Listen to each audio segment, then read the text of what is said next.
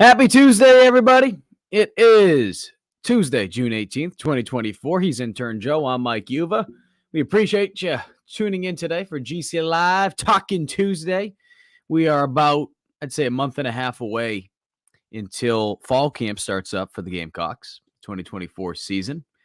As we know, it features a tough schedule, but then again, that is always the case when you're playing in the SEC. But certainly now moving forward with the addition of Texas and Oklahoma. Today on the docket, we're going to break down some of the freshmen we believe can make an impact this season. Now, there's going to be some that go without saying, and I don't even think we need to really dig as deep on certain players like Dylan Stewart. I think it goes without saying that Joe and I, and Joe, cut me off if I'm wrong, but I think we both expect him to be someone that can come in, compete for some serious playing time, and who knows, maybe towards the end of the season, see some starts. So we'll put Dylan Stewart to the side, but let us know. Offense, defense, maybe there's a guy on special teams. I don't know. Maybe you're feeling Mason Love this year. I don't know. Let us know. Let us know what you think, and we will hit on that today. In addition to that, put a story out this afternoon that I do want to hit on later in our show, and that is taking a look at some of the players that South Carolina have been able to land so far. Since June 8th, USC has landed 8 commitments. 7 of those commitments have gone public with their pledges. So we'll talk about that because the majority of those players have been 3 stars. Now, I think the majority of you understand that when you look at a roster, especially when you're a program like South Carolina, let's call it for what it is. Shocker, surprise. You're not Ohio State. You're not Alabama. You're not Georgia right now. Okay. So you're working through those 3 stars. And that really, in my opinion, kind of like, we talk about basketball with role players. I think role players play a big role. No pun intended. Play a big role as far as the success for a team. I would compare 3 stars in a similar manner. Of course, we can look at, 5-star this, 4-star that. That's great. And don't get me wrong. In order to compete at the level that it takes, especially now that the East is gone, there's no more divisions. It's just top to bottom. If you want to be able to compete for an SEC title, yeah, no kidding, you need more 4 stars and 5 stars. And let's not pretend they don't have some. They've been able to land some pretty good ones over the last couple of years. But the whole premise of what I'm going to talk about later on is that it is friggin' June 18th. And we have seen, especially going back to last year, and we'll get into it, we have seen the number of 3 stars who have moved up to be 4 stars when it was all said and done. So that is what we will talk about on the show today. Joe, I'm going to let you lead off. Yeah. As far as what you're thinking when we're talking about some freshmen to keep an eye on this year. Yeah, Mike. So obviously we were talking about this before the show, and Dylan Stewart is clearly out of the running because he's the obvious choice for the freshman that's going to make the most impact simply because of what he possesses. I mean, the size, the speed, it's all off the charts. And so he's cut from the cloth. It's just going to take him a little bit of time to adjust. But so outside of Dylan Stewart, I got 2 of them in mind. One of them is Mazeo Bennett on the offense of the ball, wide receivers room. I got Mazeo Bennett because, even if he doesn't necessarily see the field right away, he's making an impact in that wide receiver room simply because how he practices and how he competes. I mean, we've known that to be true with Mazeo since, he was being recruited coming from Greenville. And so, he always competing, has a really, really high motor, is really good in the locker room, really good teammate, and, is going to be future leader of this program if he decides to stick around. But I got Mazeo Bennett because he's going to make an impact. He's going to be competing early and often in the wide receiver room. And Mike, I mean, we saw how last year Nick Harbor, made his way into the starting rotation and found a bunch of playing time for him, simply competing, right, and having the talent to get on the field. So I think Mazeo Bennett's one of those guys that we're going to see a resurgence of late. And then my second guy is on the defensive end, linebacker Wendell Gregory. I think Wendell Gregory, possesses quite a bit to like, in terms of size, speed, and he's, your prototypical SEC linebacker. And Gregory also, kind of follows on under, the underrated guys that we'll talk about later in this show. But I think Wendell Gregory, especially with where your linebacker depth is right now, Wendell Gregory has a really, really good shot to make the field, and then also, progress too as a young player and really make a name for himself, in terms of and even looking at the defense as a whole, Mike. I think, Wendell Gregory could be one of those Keeman Warrior type players that kind of just bursts onto the scene and we see a lot of. So let's start with the first player you mentioned, Mazeo Bennett, because I think that's an excellent choice for multiple reasons. Put aside the fact of what Mazeo brings to the table. When you look at that wide receiver room, and we're going to have a story on it later this week. We've done our post-spring assessment. We've been going from room to room, also sharing our thoughts on who we think is going to be the starters, depending on if it's a positional room, such as the offensive line. We've given you the 5. Quarterback room, of course, right? You only have one guy starting. And then we have gone down offense, defense. We've kind of been able to break it down. We have not done the wide receiver room yet. I think we have the wide receiver room and I'm looking at it right now, special teams. Those are the 2 rooms that we have left. So wide receiver is a room that we will have out later this week. And I think the biggest thing to me, Joe, when we look at that wide receiver room for South Carolina, here's something that's crazy. I think people understand that, okay, you're losing a lot of production with Xavier Legette. Add in the fact that Juice Wells is no longer here. You're losing your most productive 2 wide receivers from the past 2 seasons now. Yeah. On top of that, though, and this is what I think people don't understand, or maybe it just they overlook it. South Carolina, from a scholarship standpoint, when you look at that wide receiver room, 50% of the new faces in that room, right, from wide receiver, they're new. 50% of the wide receivers, there's new faces in that room on scholarship. So I bring that up because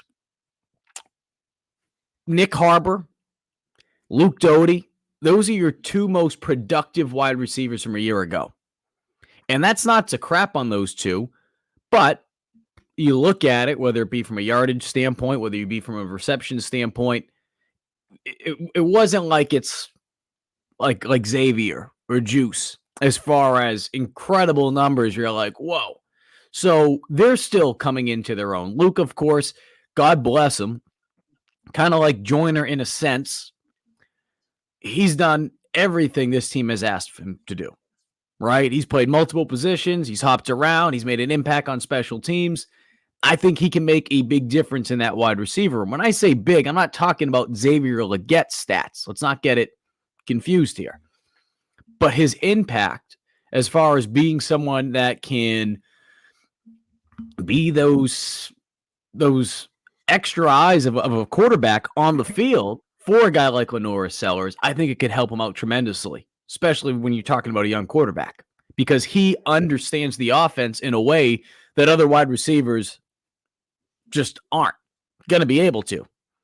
So that's number 1. But number 2, he also has the ability, just like Mazeo, and this is where I'm going with all this, to take advantage of a wide receiver room that hasn't really proven themselves here. There's guys like we've talked about Russell before in the past, right? Yeah. I think Russell, and God bless him. I mean, you want to talk about being in position to really compete, and he still will, but being in line to be one of the top 3 receivers, which he still could be. But now there's so many new faces in that room. There's so many new faces, multiple players from the transfer portal, multiple players. We're talking about what, at least 5? Add in Mazeo and DeBron Gatling. There's a lot of new faces in that wide receiver room. Add in the fact, too, that you have a new wide receiver coach. So you want to talk about opportunities. There's going to be a lot of opportunities in that room, certainly. And I see Zachary mentions a couple. And we're going to, we'll talk defense in a little bit. But Michael Smith, Gatlin, Bennett, I see Solomon, but those 3 guys first being on the offensive side, there's going to be a lot of opportunities in that wide receiver room. So, Joe, what is it about Mazeo? Because, again, we talked about from a room standpoint. From a room standpoint, it makes sense. new faces, plenty of opportunities. But we could throw Jabron in there. We could throw Mazeo in there. We could throw some of these transfers in there. From what you've seen, what is it that you like about Mazeo? Just the dog factor, Mike. I mean, plain and simple. Like, as soon as he steps between the lines, Mazeo Bennett, I mean, he flips a different switch. He's, an animal. He brings the dog within him comes out, and he just competes till, the last second, every last whistle. And I expect that to continue here, right? And, when guys are able to do that, it's very, very attractive to see, and obviously a guy you want inside the building. And so I think that's going to take him further than, talent or anything else will in this program. Because the talent, I mean, it's over there, right? He's got the speed, a little undersized, but again, that's part of, his game and everything like that is the quickness that he possesses. So, I just, it's the dog mentality, the way he competes. It's next level stuff, Mike. And when everyone gets to see it, like you're going to understand. And for those, I mean, if you saw it in high school, you get it. Like he's competing in every second of every play. Yeah, originally listed as an athlete, Bennett's position was updated to a wide receiver before, obviously, he committed or came to South Carolina, excuse me. He committed to South Carolina after originally committing Tennessee, flipped his commitment just to here under 6 feet tall, 180 pounds, 32nd wide receiver for his class. And then you mentioned Jabron Gatlin, too. I saw her on the message board that we kind of shared there. True freshman, 6'2", 185 pounds, a Max Prep All-American as a freshman and sophomore. As a senior, 84 receptions, 963 yards, and 11 touchdowns. So 2 wide receivers to pay close attention to. I think both, but especially Mazeo. Yeah. I really liked what we saw this spring from him. We've talked about it going back to last year during 7-on-7. Just his route running. And I've mentioned that before. We actually have a story that's going to be coming out soon on Mazeo that will explain a little bit more if you enjoy just the stories of how kids from just the fundamental side of it, just being able to get to where they need to be from a talent standpoint and why he's doing some of these things and impressing people as quickly as he has been able to. This story will hit on all of that. Defensively, Joe, you mentioned Wendell Gregory. Mm-hmm. I've said this before that I like the depth in that linebacker room, and there could be a possibility where you have a guy like Wendell Gregory or a Fred Johnson who get redshirted this year. Having said that, though, that's basing it on the hopes of the veteran guys being able to, number one, do their job, number two, stay healthy, and just the simple fact that you want them to kind of just take their time, ease into things. Having said all of that, though, we've seen plenty of freshmen come in, usually in that secondary, though, on defense during Beamer's tenure here. Why not? Why not Gregory step on in, right? Especially when you think about what this defense will be relying heavily on, which is playing with speed. He's a guy that can give you plenty of options, whether you're playing a 3-3-5, whether you're playing a 4-2-5. He's someone that can certainly give you options. Is that kind of where you're looking at everything when you say, why do I think, Wendell could be that guy this year? Yeah. I mean, so with the Wendell Gregory situation, right, and we've seen this happen in South Carolina before, but not every transfer is going to be a hit, right? And so a freshman and a transfer portal guy are on essentially the same plane. Like a coach will give a little bit more love to a guy that he's coached before and has shown it to him in the past, and that's like, I mean, if any coach says that they're not, they're crazy. But so they're almost on the same plane where what have you done here? And it's nothing. Right. So it's just a mixed bag. So if Wendell Gregory can come out and show like he's a freak athletically, making tackles up and down the field, can show a little bit of leadership too, because why not? Like, but if Wendell Gregory just comes in here and just, rips it up, like I fully expect him to find, playing time. Hayden White isn't the type of coach that, if somebody comes in and does like that and works hard and really shows off in practice, it's not like he's not going to get a shot. So that's kind of where my head was at with it. I mean, yes, you have experienced transfers coming in, and knock on wood that everyone stays healthy and everything. And it should be, a more of a rotation thing. Everything we've been hearing about Wendell Gregory, his swagger, his confidence, everything that we're hearing is checking every box for linebacker and SE and to play alongside Debo. So, in terms of freshmen, I think with the most potential, Wendell Gregory is one of them, and at South Carolina. So even if he does wind up, redshirted, like you said, Mike, I fully expect him to, continue to progress at South Carolina. And again, he was just one of the guys that I thought, has that potential because of the way he carries himself between the lines, similar to Mazeo, right? And it's, I've had it described as like a Debo Williams mentality. As soon as you show up, it's all business all the time. So, I'm excited to see, how that turns out. And again, Wendell has to have a really good summer for the Pan. But again, we're right there. So that was my kind of logic for it. And again, you don't know necessarily what you got out of transfers until you go up and start practicing. No, and it's fair. It's fair with what you said. I mean, I'm looking at the room right now, right? Put aside, the Debo Williams, the Bam Martin Scotts. We'll talk about Mo Kaba. I mean, that's an interesting situation there in Jerron Willis. But you're bringing in Demetrius Knight, right? Comes in 1 year of eligibility remaining, first team all AAC at Charlotte last season, led the 49ers in tackles with 96. Bengali Kamara, fourth leading tackler last season at Pittsburgh, posted a career high 55 tackles, 6.5 tackles for a loss, 2 sacks. So when I look at that, instantly I'm thinking, all right, there's your production, right? And even though Bengali did this at a Power 5 school, Power 4, if you want to call it that now, RIP to the Pac-12. What you're saying, though, is, yes, it's great, but you have to prove it here. So, yeah, well, I don't fully disagree with you. If in the event that doesn't happen, if Bengali isn't able to be the type of player that you hope that he will be, or Demetrius Knight for whatever reason, even though I feel like based on body size and what I think Gregory will be used, I think he'll be kind of used similarly as similar to what we're probably going to see with Bengali and Bam Martin Scott. But I think it comes down to, what do these guys do? Like you're saying, if these guys aren't able to figure it out, obviously, okay, you have to go to the next option, right? And the other part of that too is, God forbid, none of those guys, let's say for whatever reason, Fred Johnson and Wendell Gregory, they're just coming on a little bit slower because they're freshmen. It tends to happen at some positions. Now you're thinking about, shoot, we're going to be running into a situation where maybe we're going to have to play a guy like Debo Williams or whoever's out there more snaps like we saw last year. That's what really hurt this defense. So I'm not saying that's going to be the case, but these are certainly fair points that you're bringing up. I think more than anything, Joe, when you look at that room, right, we mentioned the transfers, Debo Williams, Bam Martin Scott, Mo Kaba, Jerron Willis.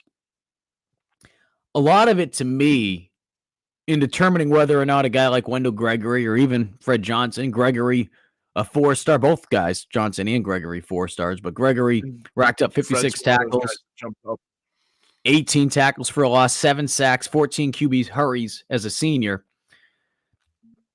It all depends what the plan is as far as, okay, we're going to use him as like an outside linebacker. Again, that's how I feel like they'll use him.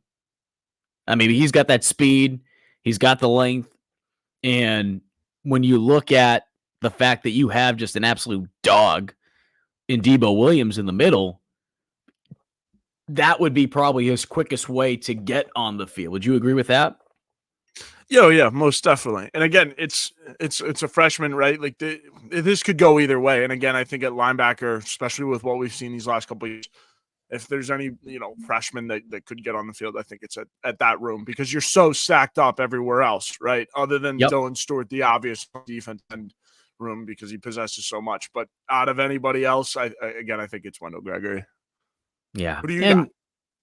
Wendell Gregory. Well, let's stay with the defense, right? Yeah. I really, really, really like Jalewis Solomon. I really do. Yeah. Because the thing with Solomon, even though he wasn't here in the spring, if you look over the last couple years, and I'm not saying, Mike's not saying, hey, he's going to be a freshman All-American, but you look at the job that Torian Gray has done since arriving at South Carolina. And there's been, obviously, Jalen Foster wasn't a freshman, but he went on to become an All-American.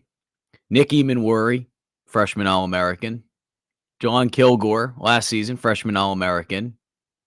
DQ Smith, freshman All-American.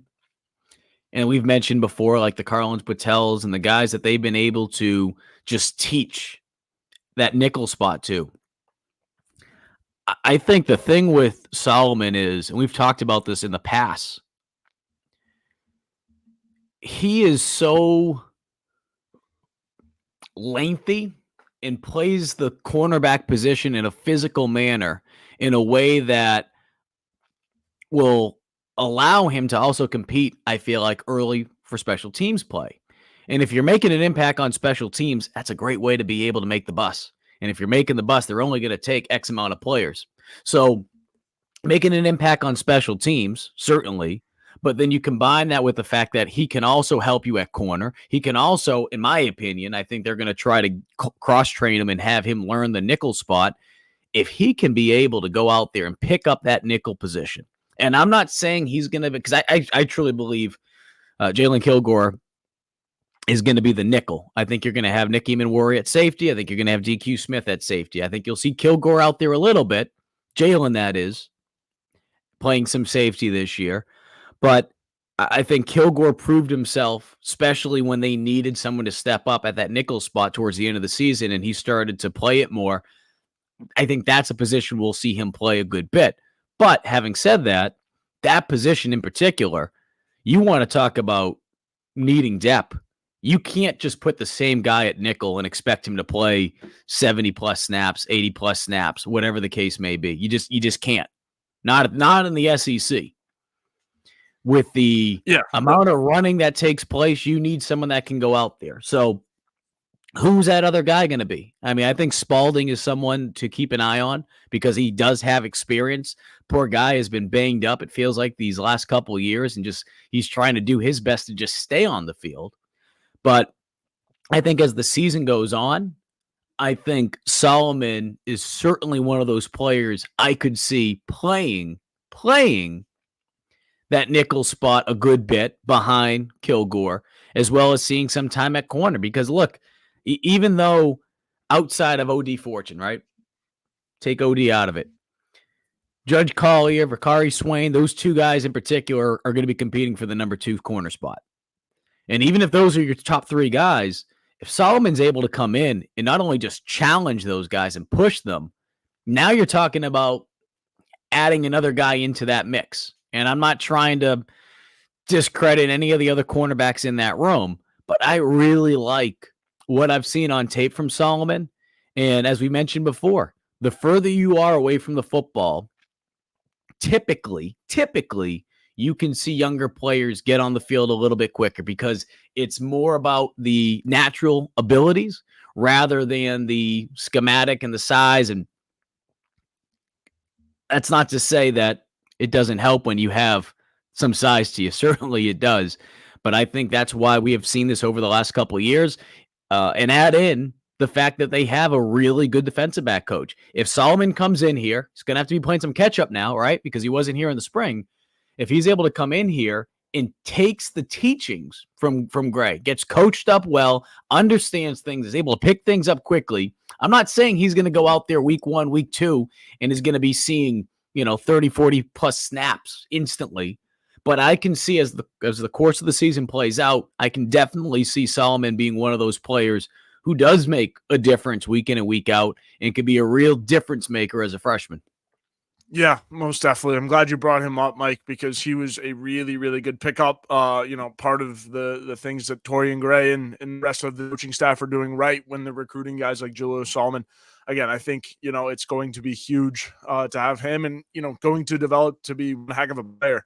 Obviously possesses all the size and speed that you want. And, Torian Gray has been churning out, NFL prospects for a while now. So again, welcome to the factory, the DB factory, Jalewis Solomon. And, he's going to get some runs. You just, again, you got to need him to show up, compete, get, into the college, the weights and everything like that, get accustomed to everything, feel comfortable. And then, eventually it's going to start slowing down for him. So, yeah, good way to bring him up. And again, really good addition. When we look at the offensive line, I know that there's going to be people that will mention, and rightfully so, I get it. People will talk about Josiah Thompson, 5-star offensive tackle, consider the number 9 overall prospect for the class of 2024 by On3. I can see him getting out there. I mean, knock on wood, let's say everyone stays healthy this year, right, on the offensive line, right? Perfect world, everyone stays healthy. I can still see him finding a way onto the field. But I think the difference is with this offensive line. Remember, we talked about this on Thursday when we talked about the strengths and concerns on the offensive side. So if you missed that episode, head on back. That's Thursday's episode from last week. The offensive line room has more depth.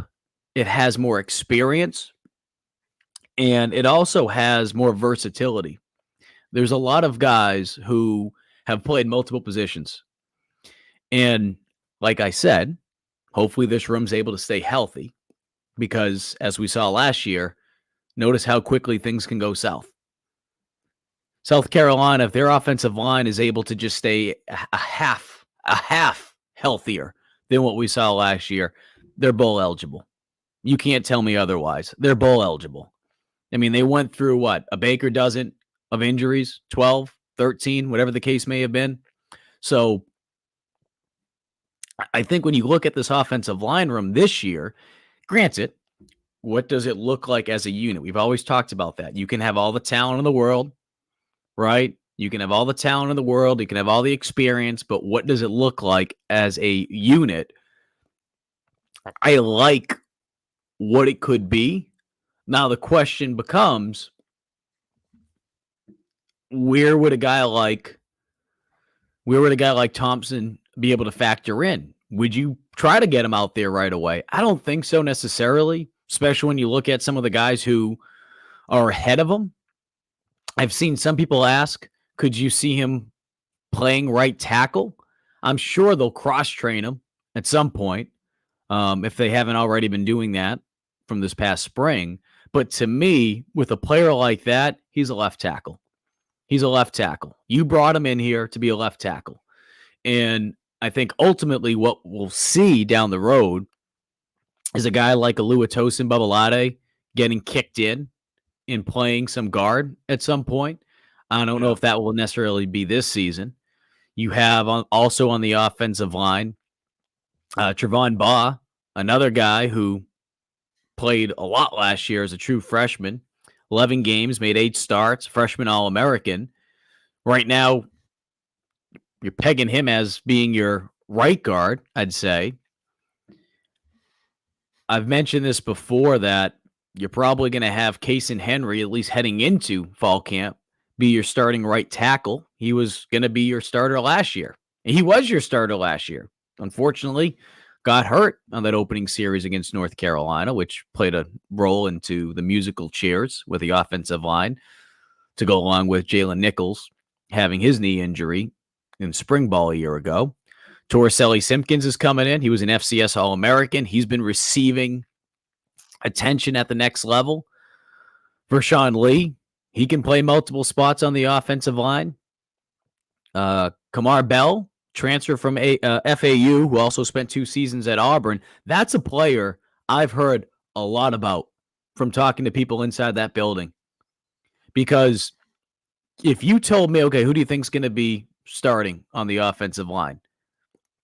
And I mentioned some of the names, right? Oluwatosin Babalade, Trevon Baugh. I think Henry will be out there. Vershawn Lee. I keep going back and forth based on what I've heard inside. I mean, good things about Torricelli Simpkins, but man, they really like Bell.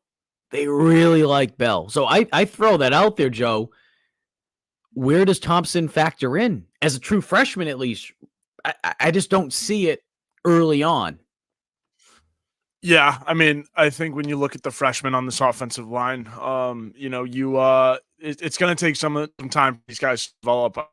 The Great Wall of Carolina was always kind of a 2025 vision, right? Get these guys some experience in 2024, get them all in here, and get them going. So yeah, it's going to take a little bit for the offensive line freshmen to develop. And again, that's why I Mazeo and Wendell Gregory, because those are two spots that are tend to lead towards freshmen playing, but you never know. And I mean, Yeah. Josiah Thompson and the other guys have also, they've gotten Cam a lot Pringle bigger, being right? one. Josiah Cam Thompson, Pringle. yeah, Cam Cam Pringle Pringle's being another one massive. in there. Blake Franks. Yeah. Cam Pringle, I saw Cam Pringle at camp the other week, and he's a massive human. I mean, he was already a big boy, but now, I mean, he looks like an SEC offensive lineman. Blake Franks as well. I mean, Blake's always been a big kid, but yeah, Josiah Thompson's really put on some weight as well. So, and these kids are getting ready. That's what this part of the year is for, is really shaping their bodies out, making sure they're in a good spot to work the grind of an SEC schedule come summertime. Man, there's some talent in there, and we didn't even mention Marquis Anderson, who's coming back from an injury. I wouldn't He's healthy. I wouldn't write off Ja'Kai Moore. He's coming back for a 6-year, appeared in 11 games this past season with 9 starts, played both tackle and guard. I bring him up because you don't come back for a 6th season unless you have an idea that you're going to be in a position to be able to compete for a starting spot. Like, he's just not going to go through doing the winter conditioning and going through spring practice and going through spring and not enter the transfer portal if he doesn't feel like he's going to be in position to compete for a starting job. That doesn't mean he'll be a starter, because again, I'm looking at it right now. I think he might be an odd man out. But he also brings a lot of experience. So we'll see. We'll see what happens at that offensive line position. We're going to hit some ad reads, and then when we come back, we're going to wrap up on the other side. I want to talk about some of those 3-star thoughts I have, and then we'll wrap up today's show. But you want to lead us off, Joe? Yeah, absolutely. This week's edition of Talking Tuesdays is brought to you by Andy Luedecke of MyPerfectFranchise.net. Are you ready to leave the corporate rat race for the American dream, looking for a side hustle while working your current job, wanting to diversify, build wealth, and or leave a legacy? Andy can help. Andy is a franchise consultant as well as a franchise owner, and helps people find franchises that fit their sets, financial requirements, time to commit, and more. His services are 100% free, and he's here to help. If you have any questions about business ownership, you can give him a call on your screen right now. And for those listening, 404-973-9901. You can also reach him at Andy@MyPerfectFranchise.net. Again, give him a call at 404-973-9901. That's Andy at MyPerfectFranchise.net. And today's show is also brought to you by our good friend Clint Hammond of Movement Mortgage. If you've been interested in purchasing property over the last, 2 years or so, you've seen just how insane the interest rates have just skyrocketed. Clint and his team do an outstanding job of being able to help you out, try to find the lowest rate in the market, and try to help you find that home that you're looking for, the same way that he did with our very own Wes Mitchell, as well as former Gamecock quarterback and captain Perry Orth. Give Clint a call, 803-422-6797, and let him know that Gamecock Central sent you. All right, Joe, want to wrap this up. Wrote a story about this today. It is free on Gamecock Central.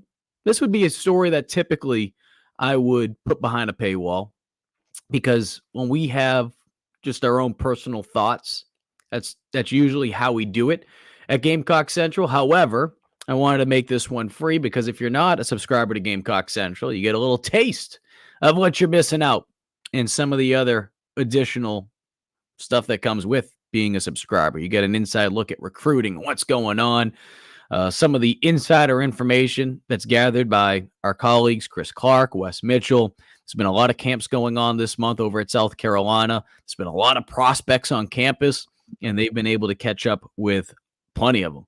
It feels like almost freaking all of them, for crying out loud. That's how good of a job they do. And they have updates on how those visits went. So be sure to check that out. Having said that, if you've been paying attention since what? Oh, June 8th. June 8th is the first one for this month, at least, that Shane Beamer put a welcome home tweet out, which, for those of you who have been living under a rock, that indicates there is a commitment for South Carolina.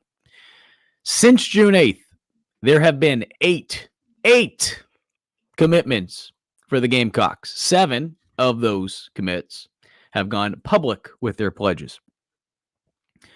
If you look at those 7, 6 of them are 3 stars. 1 is a 4-star. Now, the reason I'm bringing all this up is because I think there was a thread on Gamecock Central, and I've seen it on social media as well. But I see some people looking at it and being like, man, why do we keep getting all these 3 stars? We're not going to be able to compete. We need this. We need that. As I mentioned right at the top of the show, in case you missed it. Yes, I do believe if you want to be able to compete, especially now because the SEC East is gone, it's just one giant conference now.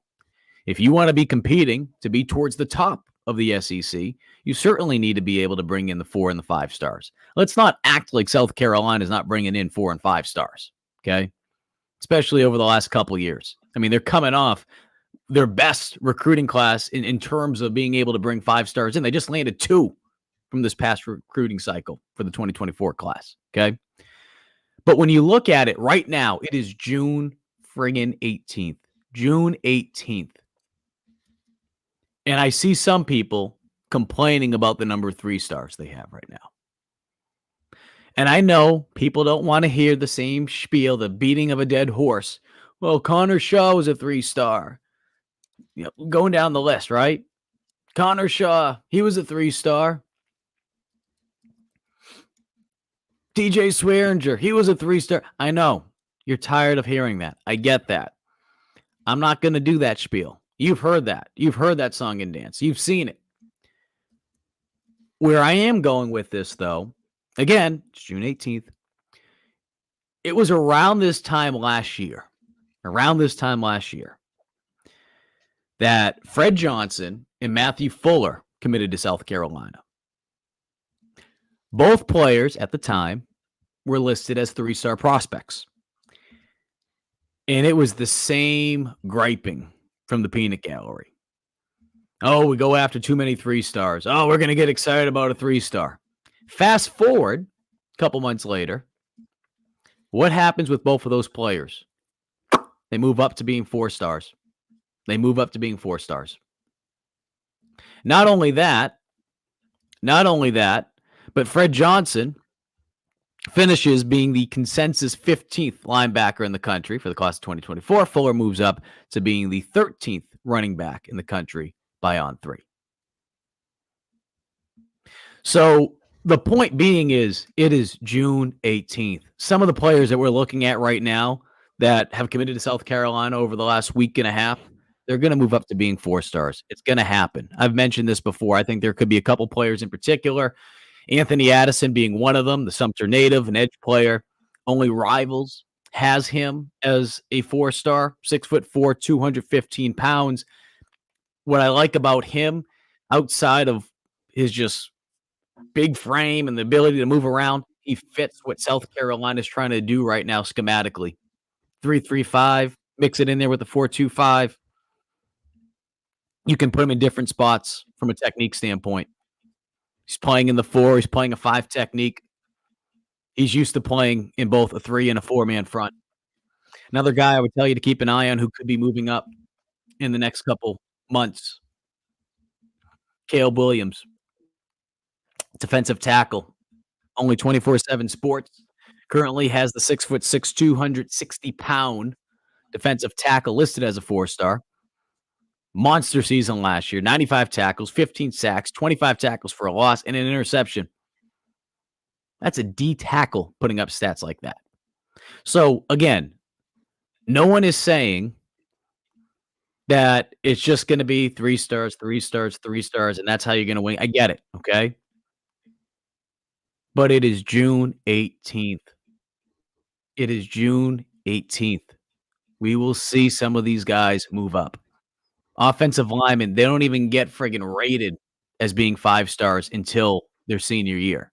You're going to see movement with these numbers. It will happen. Couple comments I'm seeing here. 5-7 doesn't help. Craig, they had friggin' 13, 12, whatever the case, different offensive linemen last year. Back-to-back bowl games the first 2 years. South Carolina ahead of schedule. Ahead of schedule. And they have a bad year last year, and some people wanna act like the world's coming to an end. My God. I mean, it's like, because if this was reversed, South Carolina went 5-7 in year 1, and then they, put 2 good seasons together, people would be acting completely different. I think the majority of people get. I mean, there's gonna be your jabronis out there that just get upset at everything because they don't have nothing to be happy about in life. But And it's the summer, Mike. I mean, there's nothing to talk about. I figured I'd let you get up on your little soapbox there for a little bit because, and we know, I mean, 3 stars, that's just how it is right now, right? I mean, you're not where Georgia is. That's the harsh reality of it. And so, I mean, 3 stars and 3 stars, these are guys with high ceilings. And it all boils down to how much trust you have in the coaching staff. Do you trust them to find the 3 stars and convert them into 5 stars? And if you don't, then you're going to be upset about 3 stars. I mean, it just Correct. boils down to. Craig, and I think Craig, this isn't Craig, this isn't at you because you're always on here, and I appreciate it. And I know what you're saying. The record 5-7. I think that's the problem. Like you said, people look at the record last year. And again, Craig, I know you're not saying it, but to the people out there, I think they look at the record and, it gives them a point to say, hey, look, they went 5-7 last year. It doesn't help. I get that. I understand that. But you look at what they've been able to do over the last 2 recruiting cycles, right? I mean, shoot, just look back to the, what would you say? The 2023 one.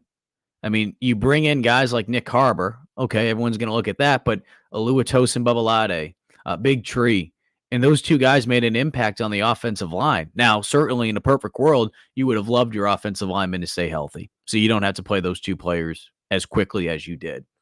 But unfortunately, I feel like that gets overlooked, Joe, simply because of obviously the most important thing, which is being able to win games. Right? I mean, you go 5-7. I think it's tough for people to look at the success they've had at certain areas with recruiting. Now, obviously, with injuries at certain positions, it didn't help last year. And what really stinks is you had arguably one of your best quarterbacks that you've had here in quite some time, and it wasn't able to translate into more wins. And I think that's the frustrating part for a lot of this fan base, and I totally understand that. But I think we will see progress. I mean, the tough thing, look, this year is going to be tough. I'm not saying that that's an excuse if they don't go bowling. I mean, they have to. They have to at least get 6 wins, 7 wins, whatever the case you want. They have to. For sure. You have to show progress this year. You continue to take steps back after what you did the first 2 years. Now it's like, all right. But I think more than anything with this year's recruiting, they're doing things that we've seen in the past, like last year, and these players getting a boost. Nick Eamon-Worry, early on, he was a 3-star. Turned out to be a 4-star. Turned out to also be pretty good here his freshman year. So things like that, I mean, just be patient when it comes to the star system. I think a lot of people understand that, but it's just like, it's friggin' June 18th. It is June 18th. Like, there's going to be changes in the rankings as far as, I mean, these guys, a lot of it is being based on what they did their junior year. Some of it even what they did their sophomore year. I mean, if that's what we're going to do with friggin' high school kids, I mean, shoot, some of these kids are still going through friggin' puberty for crying out loud.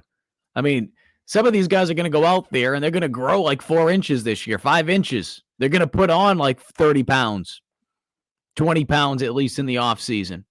So I think a guy in particular that we talked a lot about last year, and I mentioned him earlier, Fred Johnson was one of those players. He put on like 20 pounds of muscle before his senior year, went out there, dominated, got invited to one of those senior bowls out there on national television. I think it was like the Army All-American one, and ended up being a 4-star and one of the top linebackers for his class.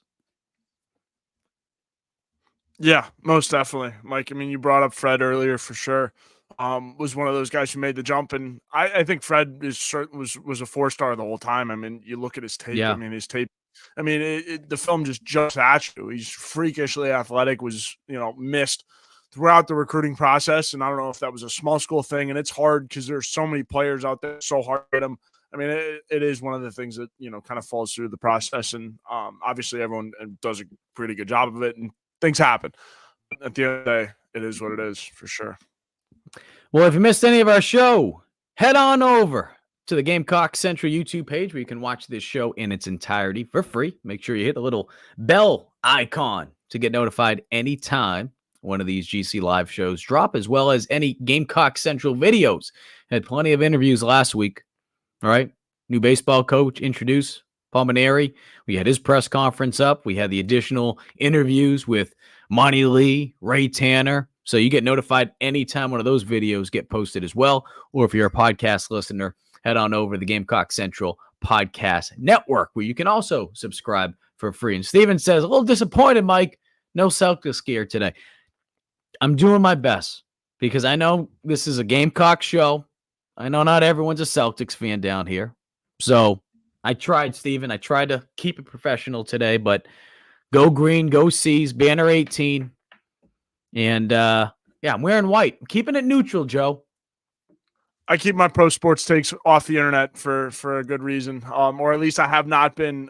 He's a Chicago fan. That's why he's a Bears fan and a Bulls fan. Bears and Bulls. You guys have seen it in my backgrounds before. Like I have a Chicago, the city of Chicago flag, like hanging in my room. Bulls fan, Bulls, Blackhawks, Bears, and then of course, unfortunately, the White Sox. So please, dude, nobody needs to increase my suffering with the White Sox and whatnot. But Mike, congratulations on your Mickey Mouse NBA championship. There you go, congratulations. Oh yeah, I mean they went like friggin' like 80-20 this year, but yeah, didn't have to face LeBron or Curry. Not my problem.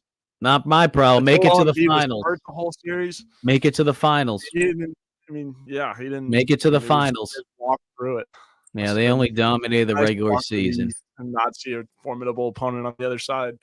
Yeah, I mean the Celtics. It's not like the Celtics had any injuries. I mean, friggin' Porzingis was playing with like one leg, but yeah, totally. Yeah, right. You know. All right, folks, appreciate it. Be sure to follow Gamecock Central this week. More recruiting news is going to happen.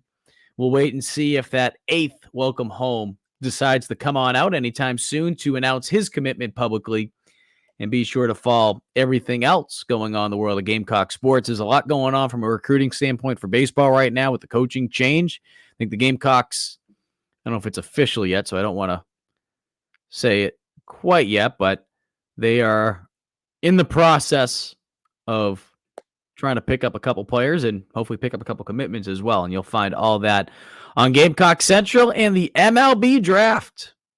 MLB Draft Combine is this week. So that's going to be going on from, I think it actually starts today, between today and the 23rd. So we'll have updates on that as well. Especially Gamecocks try to hear their names called. All right. Intern Joe, appreciate you. Appreciate everyone that tuned in today. Enjoy the rest of your Tuesday and enjoy the rest of your week. Go C's.